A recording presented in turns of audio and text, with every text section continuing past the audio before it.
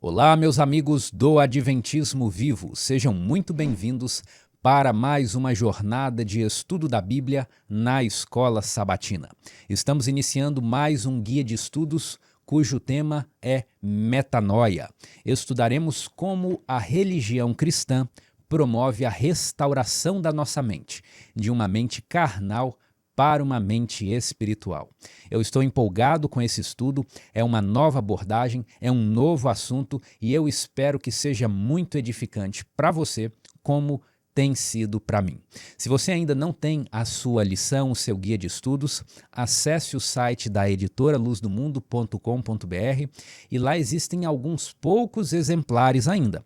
Mas você pode, se correr, você pode garantir o seu exemplar de estudo para mais um trimestre. Estudaremos sobre metanoia, a transformação da mente, e aqui, na lição de número 1, nós temos como título Renovando a Mente. O nosso texto bíblico de estudo da semana é Romanos capítulo 12, versos 1 a 3. E neste trimestre nós vamos trazer uma inovação didática. Anteriormente nós trabalhávamos com slides e agora nós vamos trabalhar com mapas mentais para facilitar a compreensão, organizar o pensamento. Então, me acompanhe agora na tela e vamos iniciar o nosso estudo.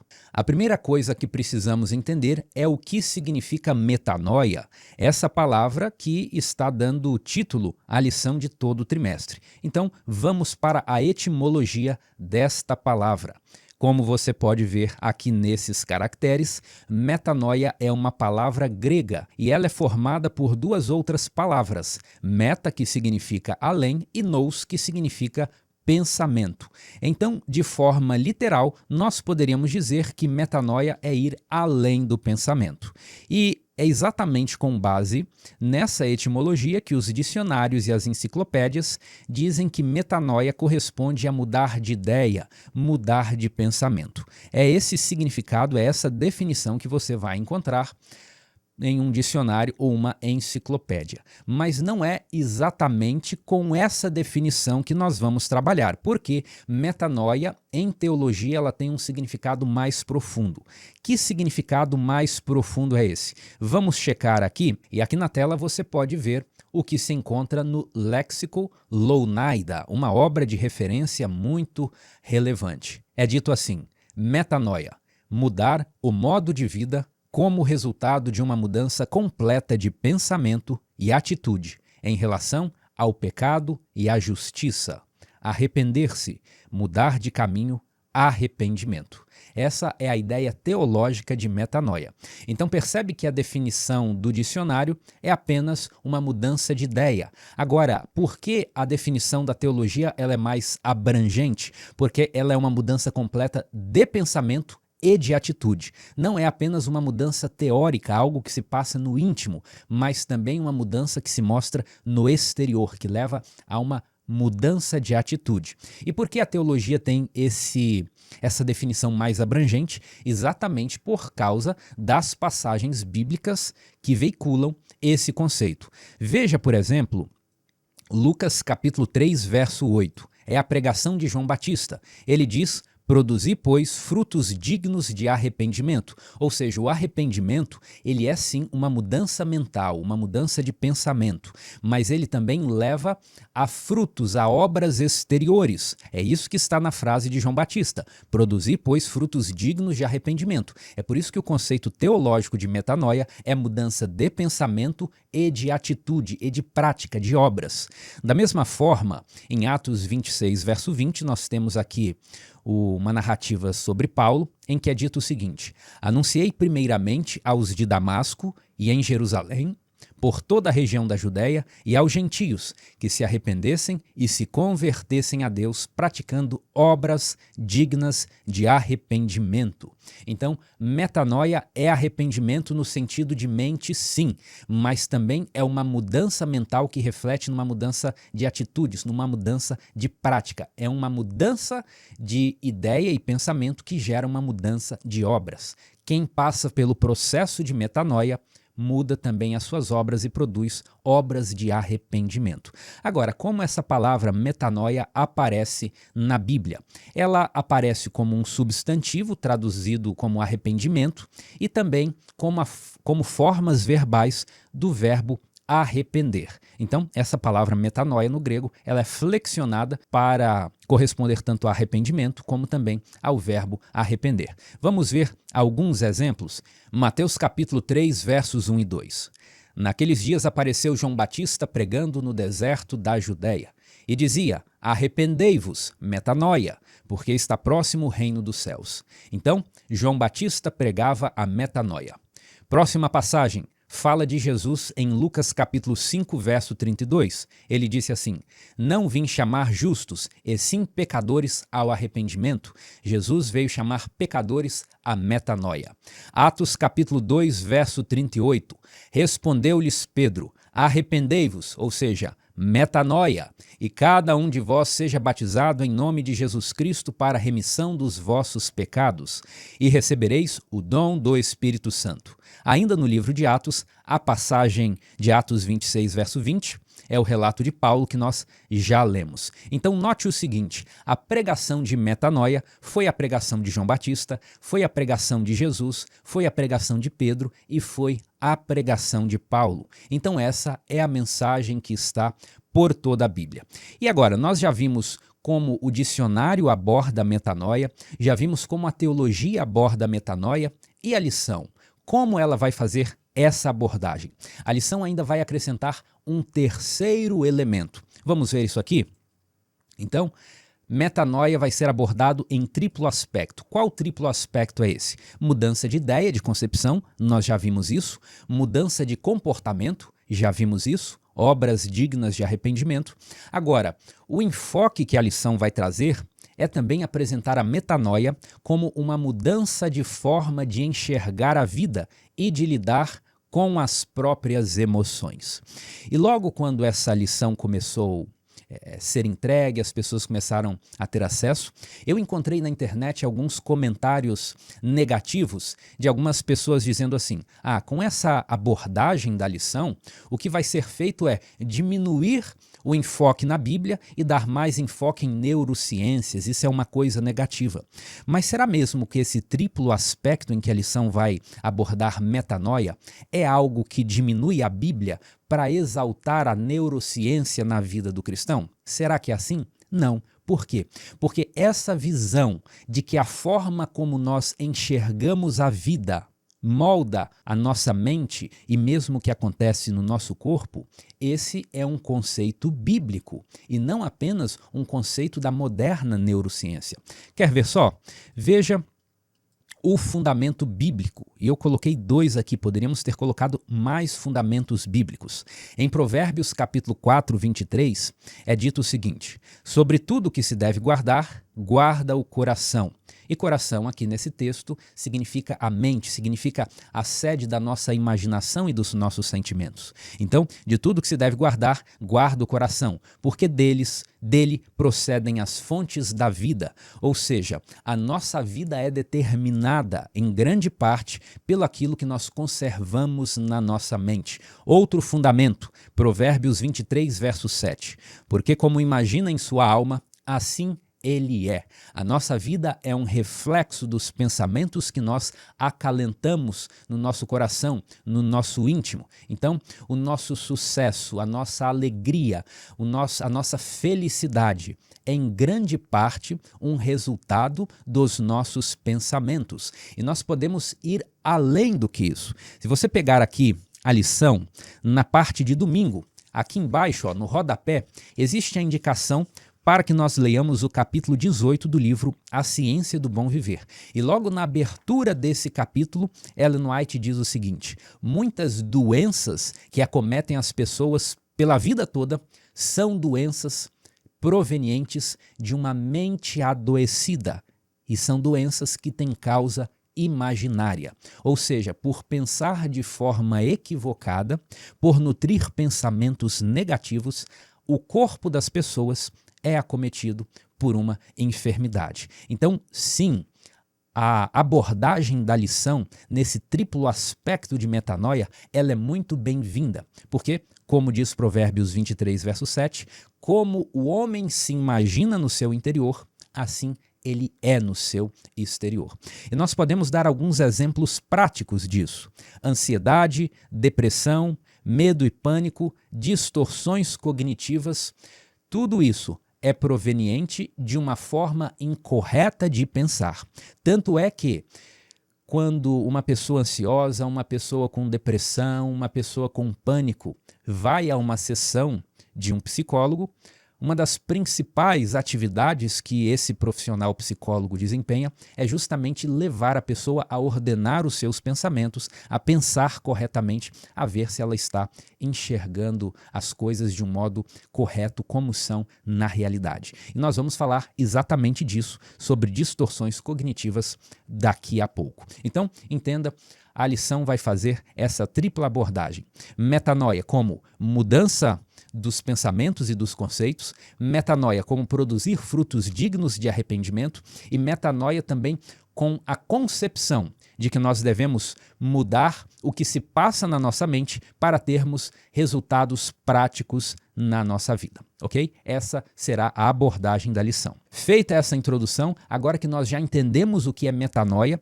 agora que nós já sabemos a maneira que a lição vai trabalhar, vamos então entrar aqui no estudo da lição de número 1, renovando a mente. E a primeira coisa que nós vamos ver é o verso para memorizar. E é dito assim: rogo-vos, pois, irmãos, pelas misericórdias de Deus, que apresenteis o vosso corpo por sacrifício vivo, santo e agradável a Deus, que é o vosso culto racional. E não vos conformeis com este século, mas transformai-vos pela renovação da vossa mente, para que experimenteis qual seja a boa, agradável e perfeita vontade de Deus. A primeira coisa que nós temos que observar aqui, qual é o contexto dessa passagem. E no livro de Romanos, o tópico que Paulo tratou até chegar aqui no capítulo 12 é o assunto da justificação pela fé. Paulo começa falando do caso dos judeus, do caso dos gentios, que embora os regimes de cada um perante Deus sejam diferentes, todos estão sob a condenação da lei, todos precisam ser justificados pela fé. E Paulo avança então no raciocínio, dizendo que a justificação pela fé não é apenas perdão dos pecados, mas também andar em novidade de vida, ter uma vida de pureza. E isso é exatamente o que nós lemos nos textos anteriores: produzir frutos, obras dignas de arrependimento. E então chega aquela questão: como essa mudança prática no pecador é possível? Porque ele foi justificado pela fé, só que agora ele precisa praticar obras que sejam correspondentes ao perdão que ele recebeu, porque Jesus nos salva para uma novidade de vida e não para que venhamos a ser novamente escravos dos pecados que estávamos cometendo. Então, como essa transformação de alguém que era corrupto pode se operar para que ele se torne uma pessoa santa e pura, como é a linguagem do Novo Testamento? Para que essa transformação ocorra, o verso áureo nos dá 3 passos. E o primeiro passo que Paulo nos recomenda é o seguinte: apresenteis o vosso corpo por sacrifício vivo, santo e agradável a Deus, que é o vosso culto racional. Repare aqui que nessa linguagem está expressa aquela visão tricotômica do ser humano. Como assim? Essa expressão de Paulo, o vosso corpo, está falando do corpo, a parte física do ser humano. Mas também ele diz assim, o vosso culto racional. Ora, se é racional, está falando da mente. E se é um culto, ele também está falando do aspecto espiritual. Então aqui Paulo está dizendo que esses três aspectos do ser humano, o corpo, a mente e o espírito, devem ser consagrados a Deus. E como ocorre essa consagração? Vamos ver parte por parte. Como ocorre esse apresentar do corpo a Deus como sacrifício vivo? Bem, isso significa que o meu corpo tem que ser o mais forte e o mais saudável possível. E como eu vou ter um corpo forte e saudável? Por meio dos 8 remédios naturais. Quais são os 8 remédios naturais? Alimentação saudável, ingestão regular de água, ar puro, luz solar, exercício físico, repouso, temperança e confiança no poder de Deus. Quando a gente fala em temperança, muitas pessoas têm dificuldade para entender o que isso significa. Temperança significa evitar inteiramente o que é prejudicial e usar com sabedoria, ou seja, com parcimônia, aquilo que é saudável e nutritivo. Vamos concretizar esse princípio mais ainda? Temperança significa se abster de bebidas alcoólicas, se abster de tabaco, se abster de drogas ilícitas e se abster de uma dieta, de uma alimentação que leve à obesidade. Por que isso aqui é interessante? Porque nos dá um quadro prático do que é consagrar o nosso corpo a Deus como sacrifício vivo. Então, se a minha alimentação não é saudável, eu não estou apresentando meu corpo como sacrifício vivo. Porque se eu não tenho uma alimentação saudável, o meu corpo vai se enfraquecer. E não é esse o tipo de sacrifício que Deus aceita, um sacrifício defeituoso. Se eu não uso água suficiente, se o ar que eu respiro é viciado, se eu não estou me expondo à luz solar, da mesma forma, eu não estou me apresentando como um sacrifício vivo a Deus. Se eu não tenho exercício físico na minha vida, se eu não tenho repouso, se eu não tenho temperança, se eu não tenho confiança no poder de Deus, eu não estou me apresentando como um sacrifício vivo. Então note quanta coisa nós podemos retirar aqui desse texto. Agora, se nós formos a Romanos capítulo 12, verso 1, existe ainda a expressão sacrifício vivo, santo e agradável a Deus. E muitas pessoas, elas ficam em dúvidas quando vê essa expressão. Ora, sacrifício vivo, o que significa isso? Sacrifício não é aquela prática do Antigo Testamento de levar ali um animal e sacrificar e matar o animal diante de Deus? Sim, é isso. Agora, se o sacrifício, no próprio conceito dele, é matar um animal, tirar a vida, por que é que Paulo está dizendo que nós devemos nos oferecer como sacrifício vivo, santo e agradável a Deus? Bem, os judeus apresentavam animais para serem mortos no templo. Esse é o conceito de sacrifício.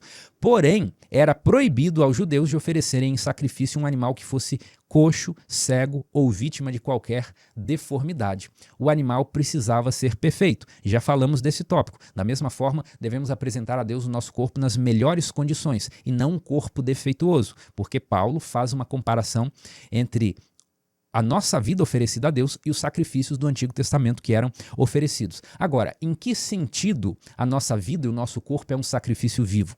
Não apenas no sentido literal, ou seja, eu só faço a obra de Deus se eu estiver vivo. Se eu estiver morto no caixão embaixo da terra, como diz o livro de Eclesiastes, os mortos não louvam a Deus. Então, além do sentido literal, sacrifício vivo também está usado no sentido de dedicar a nossa energia a Deus, o nosso vigor, e não servir a Deus com precariedade. Então é vivo no sentido de estar disposto, no sentido de estar bem acordado, no sentido de ter energia. Eu preciso me oferecer a Deus nessas circunstâncias. E aqui sobre esse assunto, existe uma frase assim icônica que entrou para a história. É uma frase de Robert Murray McCain. Ele era um pastor da igreja escocesa, e ele cunhou a seguinte frase: Deus me deu uma mensagem para entregar e um cavalo para cavalgar. Infelizmente, matei o cavalo e agora não tenho como entregar a mensagem. Nessa fala desse McCain, qual é o que significa o cavalo? O cavalo é o próprio corpo dele, é o que lhe dava locomoção, permitia chegar aos lugares para pregar. Então ele está dizendo, eu não conservei a saúde do meu corpo.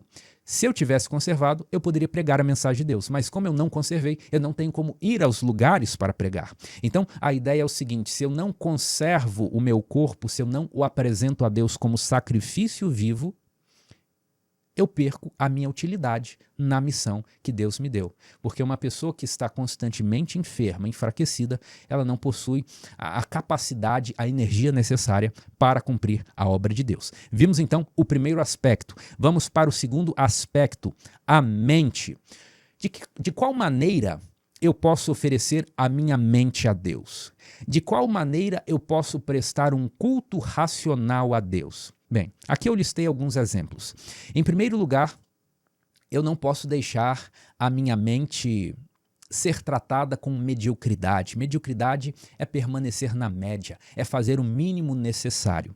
Então, no meu estudo acadêmico, seja na escola, seja na faculdade, seja nos graus superiores, eu preciso ser o melhor estudante da minha classe. Porque se eu não me dedicar aos estudos, eu estou usando de maneira precária os talentos que Deus me confiou. Para que eu tenha também uma mente bem desenvolvida, eu preciso ter o hábito da leitura. E aqui eu não estou nem falando de leitura de livros religiosos, da Bíblia, não, porque aqui nós não estamos ainda no aspecto espiritual. Eu estou falando de leitura geral. Você precisa ler.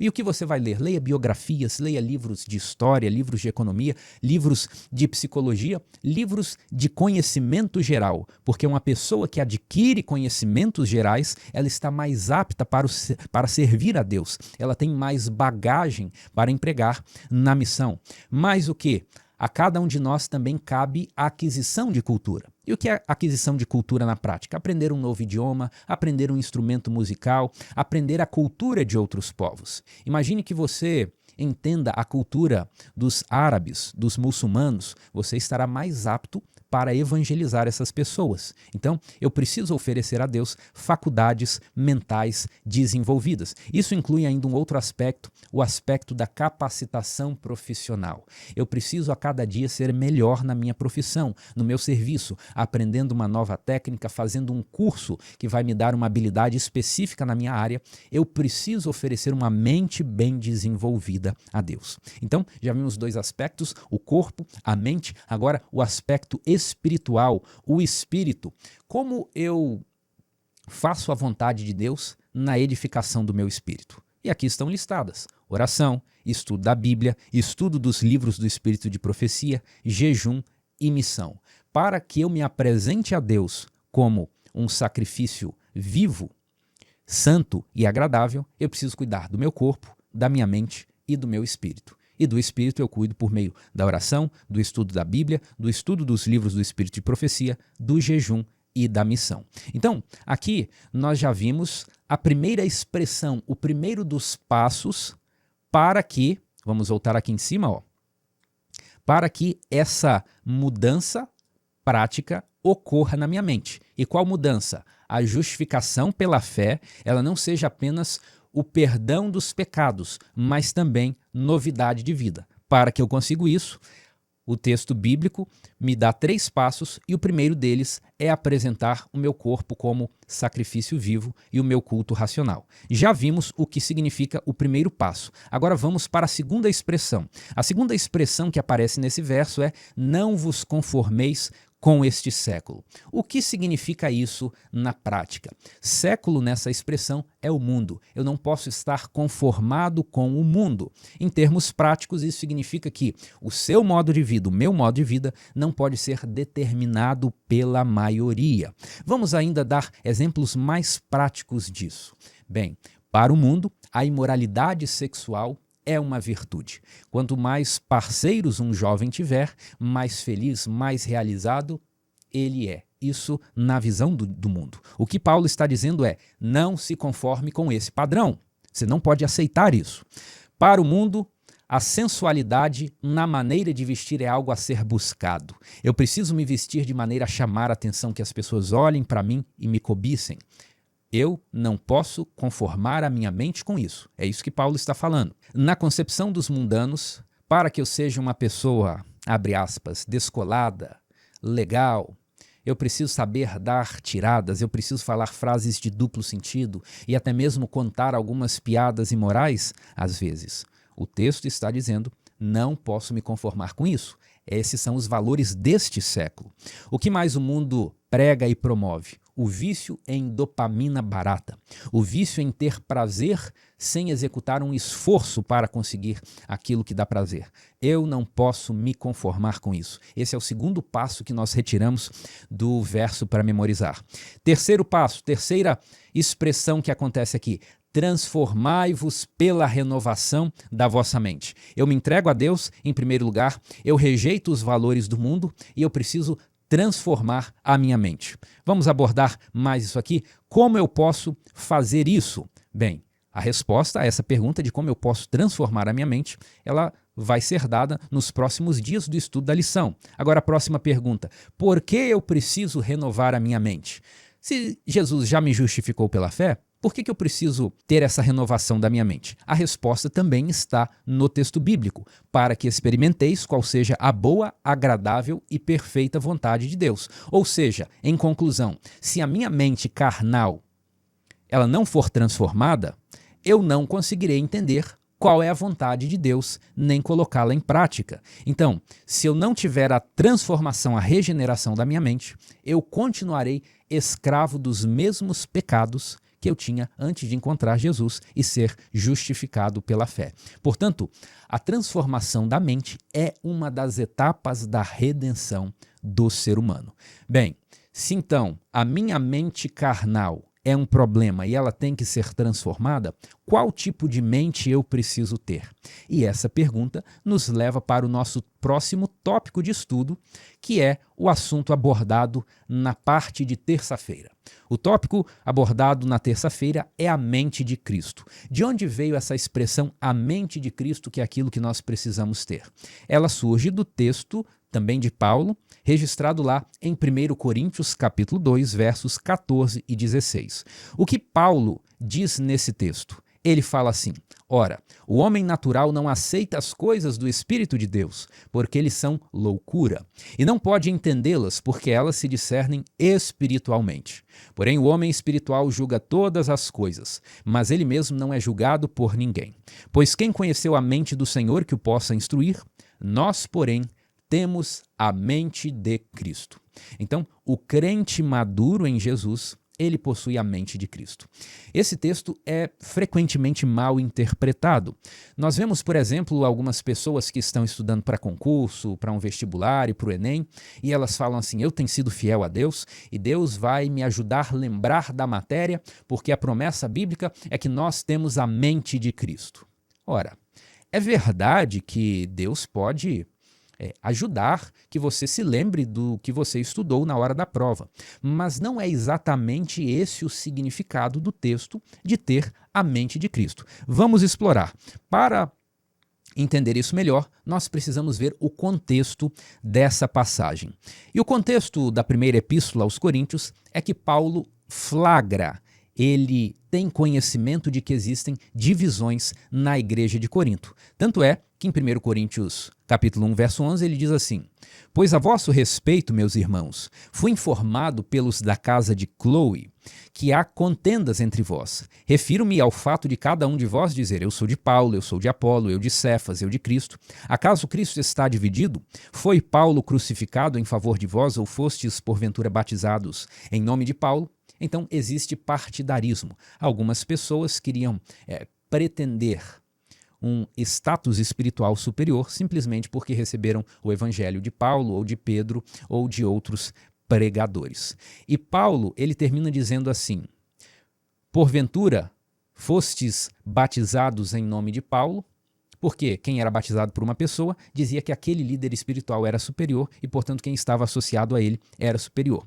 E Paulo, inclusive, ele diz que ainda bem que ele não batizou muitas pessoas ali, porque senão eles criariam ali a panelinha dos que foram batizados por Paulo. Então, Paulo complementa que a sua missão não era batizar, mas pregar. Ele diz assim, 1 Coríntios 1,17, porque não me enviou Cristo para batizar, mas para pregar o evangelho, não com sabedoria de palavra, para que não se anule a cruz de Cristo. Então, note que ponto interessante.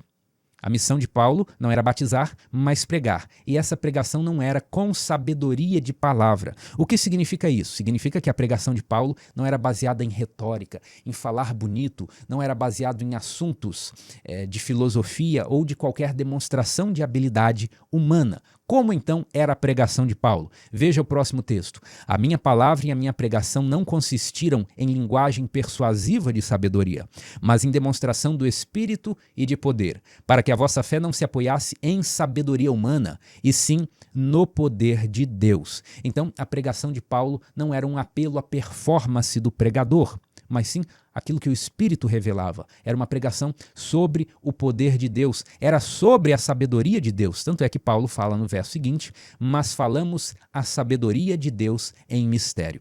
E então o assunto que entra em discussão é, se Paulo está pregando a sabedoria de Deus, como é que seres finitos e pecadores podem entender, podem compreender a sabedoria de Deus que é tão mais elevado? E a resposta é a seguinte, 1 Coríntios capítulo 2, verso 10. Mas Deus nolo revelou pelo Espírito, ou seja, é o Espírito Santo que nos revela a sabedoria de Deus, porque o Espírito a todas as coisas perscruta, até mesmo as profundezas de Deus. Então aqui nós descobrimos qual o contexto imediato do verso que aparece aqui na parte de terça-feira, quando se está falando da mente de Cristo. O contexto dessa passagem é a obra do Espírito Santo. O Espírito Santo habilita o crente a entender a vontade de Deus. Esse é o contexto da passagem em que aparece a expressão a mente de Cristo. Agora, vamos voltar ao texto aqui para ver alguns outros aspectos. O texto da lição de terça-feira diz assim: ora, o homem natural não aceita as coisas do Espírito de Deus, porque eles são loucura. Quem é o homem natural? O homem natural é aquele que não é convertido, é o homem não regenerado. Ele vive para agradar a si mesmo e satisfazer os desejos do seu coração não convertido. Essa pessoa, ela não consegue entender a sabedoria de Deus.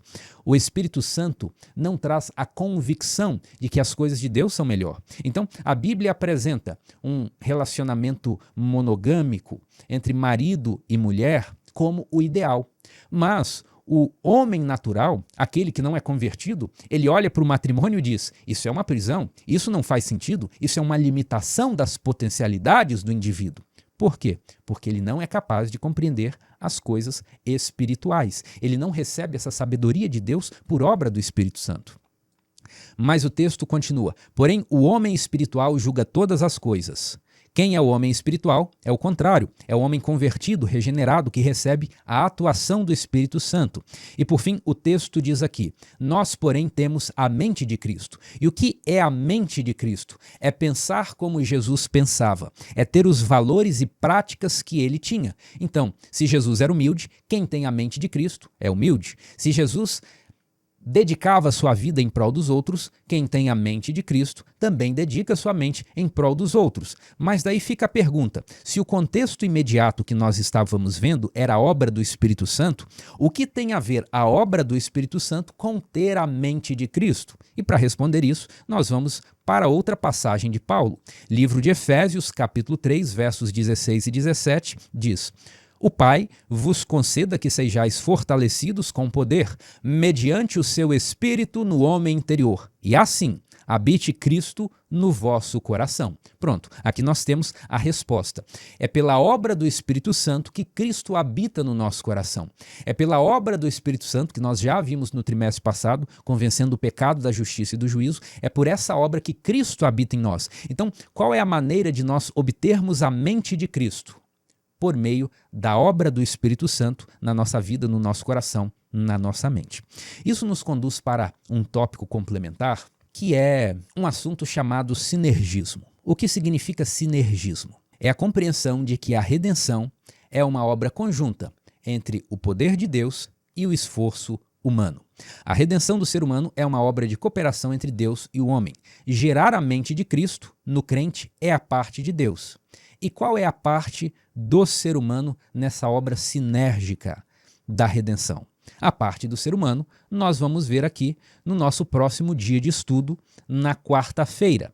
Na quarta-feira, a lição nos provoca com a seguinte pergunta: o que estamos fazendo aqui nessa curta vida de 60, 70, 80 anos? A resposta certa deveria ser: estamos sendo aperfeiçoados, de acordo com a vontade do Pai, a fim de que na volta de Jesus tenhamos um caráter aceitável. E eu quero pegar exatamente essas palavras porque elas são muito precisas. O objetivo da nossa vida aqui na Terra é preparar um caráter para apresentar a Jesus no dia da sua volta. E como tem que ser nosso caráter defeituoso? Não. Nós precisamos nos empenhar, poder divino, aliado ao esforço humano, para retirar os nossos defeitos de caráter. Repito, essa é uma obra conjunta. O esforço humano sozinho não faz nada, mas sempre que o ser humano se esforça, Deus também atua de maneira sinérgica com ele. E o nosso objetivo de vida é justamente passar pelos anos aqui na Terra e formar um caráter simétrico para apresentar a Jesus, assim como a lição ressaltou aqui. E de que maneira nós conseguiremos isso? A lição de quarta-feira nos manda ler Efésios capítulo 4, versos 22 a 24. E essa passagem é muito forte, ela tem tudo a ver com renovação da mente. O que diz esse texto de Efésios? Novamente, Paulo fala o seguinte: quanto ao trato passado, vos despojeis do velho homem, que se corrompe segundo as concupiscências do engano, e vos renoveis no espírito do vosso entendimento, e vos revistais do novo homem, criado segundo Deus, em justiça e retidão, procedentes da verdade. Então, eu preciso me despojar do velho homem para construir um caráter simétrico antes da volta de Jesus. E o que significa se despojar do velho homem? Significa que aquilo que o meu eu passado não convertido e amante do pecado fazia, não deve ser feito mais. E aqui eu quero dar um exemplo prático que tem sido um desafio para a presente geração. Eu estou falando do problema da mente sexualizada, que é um problema não apenas de pessoas cristãs religiosas, mas esse problema ele tem sido suscitado pelos psicólogos e psiquiatras mesmo ateus, aqueles que não acreditam em Deus, mas estão vendo que essa característica da nossa geração tem trazido todo tipo de problemas. Não apenas problemas mentais, mas também doenças físicas e até mesmo crise nos relacionamentos. E uma mente sexualizada é um traço do velho homem que precisa ser abandonado. E como eu vou deixar de ter uma mente sexualizada? É justamente abandonando aquelas coisas que sensualizam a mente. Quais coisas são essas? Nós temos vários casos aqui no nosso tempo. As músicas que nos cercam são imorais. Muitas vezes nós temos aquele problema de pessoas, vizinhos, carros de som na rua que colocam essas músicas imorais e nós não podemos controlar. Mas se você tem ouvido esse tipo de música, músicas que falam sobre assuntos que um cristão não deveria falar, você precisa parar de ouvi-las imediatamente, porque elas penetram na sua mente e formam o seu imaginário. A sua mente não será renovada se você continuar jogando lixo para dentro dela. Outro exemplo, filmes sensuais. Muitas vezes o programa dos jovens no sábado à noite é assistir filmes e seriados. E esses filmes contêm cenas de violência, esses filmes contêm cenas de sensualidade, cenas de imoralidade, e novamente o lixo está sendo jogado para dentro da mente. Poderá a mente ser renovada nesse caso? Não poderá.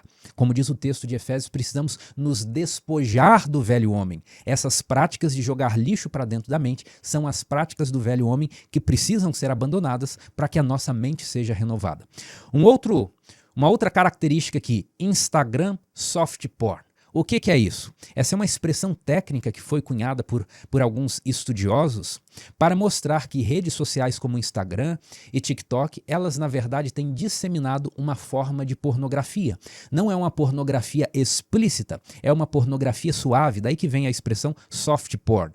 Mas isso igualmente danifica a mente. Isso igualmente é um problema. Quantas vezes, ao passar pelas redes sociais, você vai ver as famosas dancinhas do TikTok?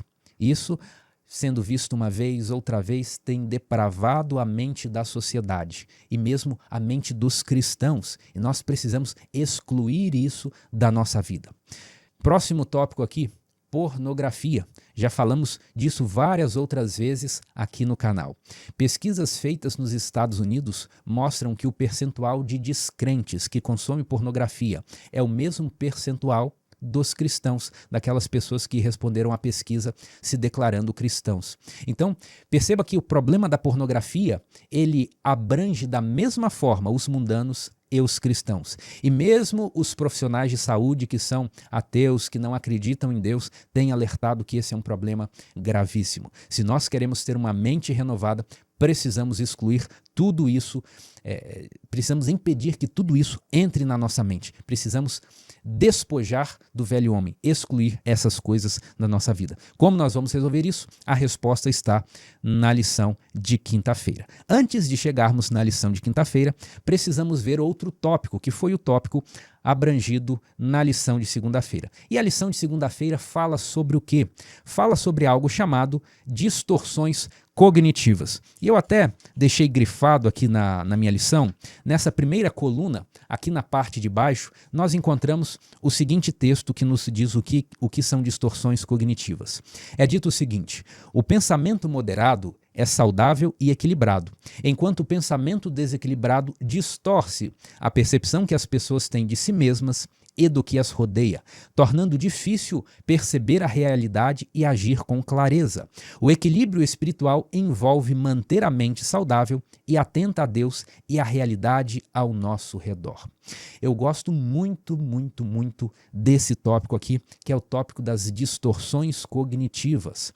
Existe um grande risco de que nós olhemos ao nosso redor e, em vez de enxergar a realidade nua e crua como ela é, a nossa mente nos pregue uma peça, falseando a realidade. E quando nós agimos com base numa realidade falseada, numa distorção cognitiva, nós atraímos muitos problemas para nós mesmos. Vamos entender isso melhor por meio de exemplos? Aqui, eu coloquei exemplos de 3 distorções cognitivas, ou seja, para usar a linguagem da lição, de 3 formas de distorcer a percepção que as pessoas têm de si mesmas e do que as rodeia. A primeira forma de distorção cognitiva é a leitura mental. O que é a leitura mental? Olha esse exemplo aqui. Alguém fala assim: aquele irmão olha de cara feia para mim, ele não gosta de mim, ele não me cumprimentou na rua, ele se acha melhor do que eu. Ou seja, eu me deparo com uma cena e eu passo a reproduzir na minha mente o que supostamente está na mente de outra pessoa. Meus irmãos, quando eu atuava como primeiro ancião na igreja que eu frequentei anos atrás, eu notei que a maioria dos problemas entre a irmandade era causado por distorções cognitivas e principalmente por uma leitura mental errada. Os irmãos se indispunham um com o outro porque eles começavam a formular na cabeça o que achavam que os outros estavam pensando. E esse exemplo aqui aconteceu várias vezes. O irmão tal não gosta de mim porque ele me encontrou na rua e não me cumprimentou. Ele se acha melhor do que eu. E na verdade, o outro não cumprimentou o irmão na rua porque era míope, estava sem óculos e não reconheceu o irmão. Ou seja, um fato simples foi transformado em um problema porque a mente não estava funcionando perfeitamente. Um irmão suspeitou o mal do outro por causa de uma distorção cognitiva. Outro exemplo de distorção, a catastrofização.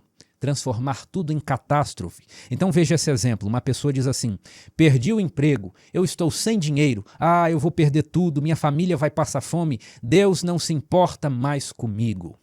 As pessoas pensam de forma acelerada que qualquer tragédia na vida é porque Deus não se importa mais com elas. E por que isso é uma distorção cognitiva, uma maneira errada de pensar? Porque ela ignora as promessas bíblicas da provisão divina, de que Deus vai cuidar de nós, e também ignora a teologia do deserto. O que é a teologia do deserto? É o pensamento de que Deus muitas vezes nos permite passar dificuldades no deserto, como ele permitiu ao povo de Israel, para que nós nos voltemos a ele. Então, uma mente contaminada pela distorção cognitiva, ela não pensa claramente, ela não enxerga esses detalhes. Terceiro exemplo aqui, generalização excessiva. Esse é um grande problema na igreja também. A pessoa, um sonoplasta ou um cantor, por exemplo, ele recebe uma crítica construtiva sobre o volume do som. Talvez alguém chega para ele e diz: olha, meu amigo, quem sabe da próxima vez que você for ajustar o som, da próxima vez que você for cantar, é interessante abaixar um pouco o volume porque ficou muito estridente, tá bom?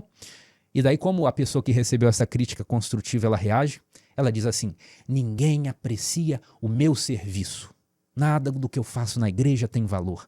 No final das contas, Deus deve ter se enganado ao me chamar para exercer esse ministério.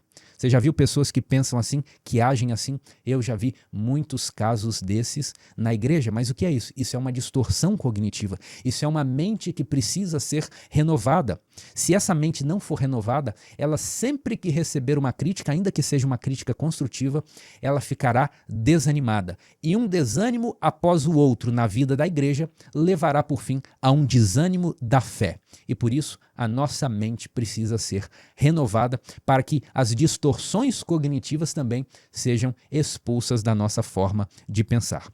Como então, afinal de contas, a pergunta realmente importante é: como eu vou renovar a minha mente? Isso está na lição de quinta-feira. A lição de segunda-feira, aqui no rodapé, ela traz essa pergunta que é assim: quais 3 coisas que podemos fazer para ter a mente renovada? A resposta está justamente na parte de quinta-feira que nós veremos agora. Quinta-feira, ela repete essa pergunta: quais as 3 coisas que podemos fazer para ter uma mente renovada? E a lição nos oferece 3 respostas. O primeiro passo para a renovação da mente é a oração. E o que eu peço a Deus na oração? Principalmente 2 coisas: perdão dos meus pecados e mudança de gosto. De que maneira o ato de eu pedir perdão dos meus pecados contribui para a renovação da minha mente? Está aqui. Quando eu peço perdão e faço uma confissão individualizada, falando pecado por pecado, dizendo assim: Senhor Deus, eu vi o meu amigo que apareceu com um carro novo. O meu amigo viajou para a praia nesse final de ano e eu não consegui isso. E o meu coração ardeu de inveja. E o meu coração ardeu de cobiça quando eu vi isso com o meu amigo. Isso é uma confissão individualizada. Quando eu confesso a Deus detalhadamente os meus pecados, eu obtenho um efeito terapêutico com essa prática. Qual efeito terapêutico é essa? Eu organizo os meus pensamentos, eu descubro melhor quem eu sou, eu tenho clareza das minhas fragilidades, de como eu penso. Isso me dá um autoconhecimento. Esse é o efeito terapêutico de orar confessando os pecados a Deus individualmente, individualizadamente. E eu ter uma compreensão própria sobre mim mesmo é um passo muito importante para a renovação da minha mente.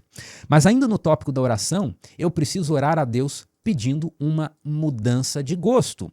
Como assim? Eu preciso orar pedindo a Deus, por exemplo, gosto pela leitura da Bíblia. Eu posso orar da seguinte maneira: Senhor Deus, a única coisa que eu gosto de fazer é ver filmes de violência. Filmes extremamente baixos, imorais, vis. Senhor, tira de mim esse gosto e me dá gosto pela leitura da Bíblia. Eu quero começar a apreciar as coisas elevadas. Outro exemplo aqui: gosto por comida saudável. Senhor Deus, eu só tenho interesse em comidas com alto teor de açúcar, comidas com muito sódio. Por favor, Senhor, muda meu gosto. Me dá gosto por comidas saudáveis. Me dá, Senhor, gosto por algum projeto espiritual, porque eu me sinto um membro morto na igreja. Eu não faço nada e nem tenho interesse em fazer. Suscita em mim, Deus, um gosto, uma disposição por fazer. Outro exemplo: Senhor, me dá gosto por assuntos elevados, porque por mim mesmo eu só tenho interesse em falar do carro novo que foi lançado, do tênis novo que foi lançado. Eu só falo de assuntos fúteis. O assunto da conversa com os meus amigos é sobre a nova novela, é sobre o novo filme. Por favor, Senhor, muda meu gosto e me dá gosto por coisas elevadas.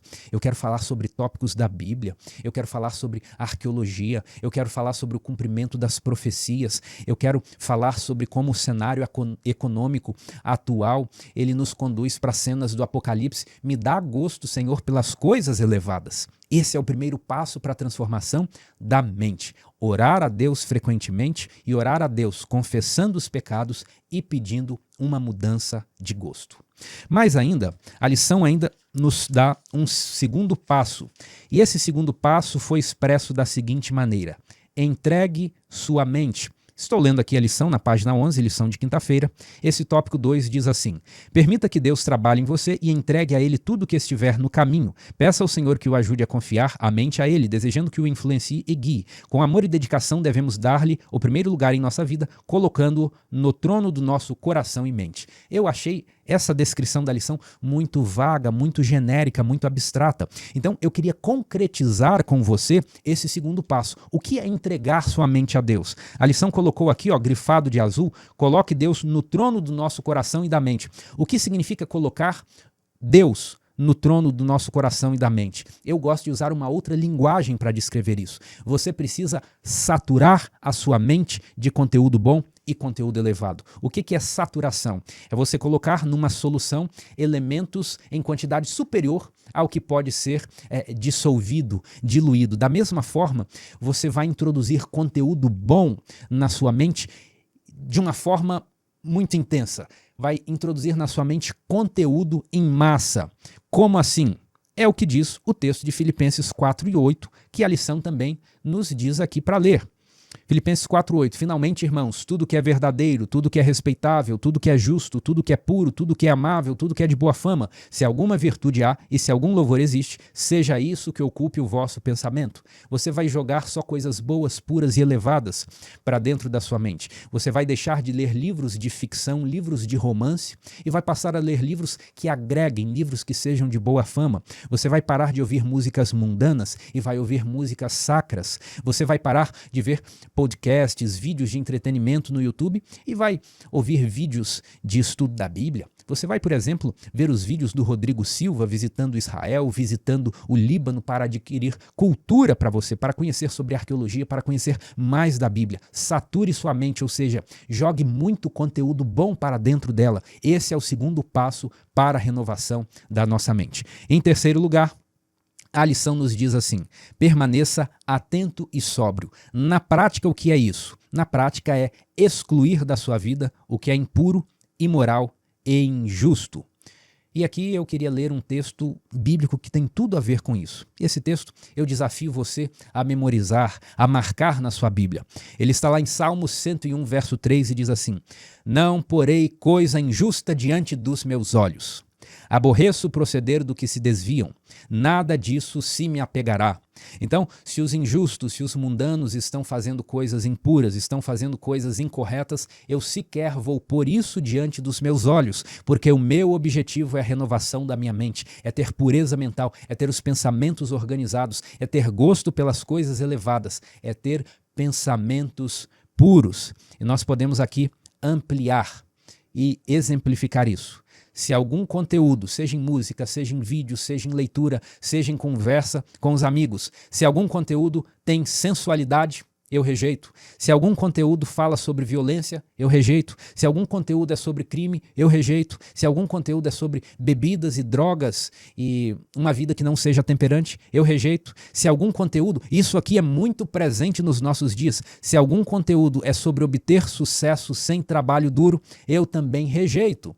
Ou seja, não porei coisa injusta diante dos meus olhos. Eu só permitirei entrar na minha mente o que seja puro, o que seja elevado, o que seja de boa fama. Aquilo que é rebaixado, aquilo que é vil, aquilo que é impuro, eu rejeitarei. Esses são os 3 passos que a lição nos colocou de forma prática para obtermos a renovação da nossa mente. Lembre-se, a renovação da nossa mente é uma obra de cooperação entre o poder de Deus e o esforço humano. O Espírito Santo já está trabalhando na sua vida para que você tenha a mente de Cristo e consiga entender a sabedoria de Deus. Agora existe também o campo de atuação humana, o seu esforço, e o seu esforço deve se manifestar rejeitando as coisas que são impuras e trazendo para a sua mente apenas aquilo que é puro, elevado, de boa fama e que glorifique o nome de Deus. Esse é o objetivo da minha vida, que também seja o objetivo da sua vida. Nós estamos começando um ano novo. Coloque essa ação, coloque esses objetivos, esse alvo de purificar a sua mente como um alvo para o novo ano. Que Deus abençoe você, tenha um ano novo feliz e abençoado e nós seguiremos aqui juntos no estudo da Bíblia por meio da lição da Escola Sabatina. Foi um prazer começar esse trimestre com você e nos vemos no próximo vídeo. Até lá!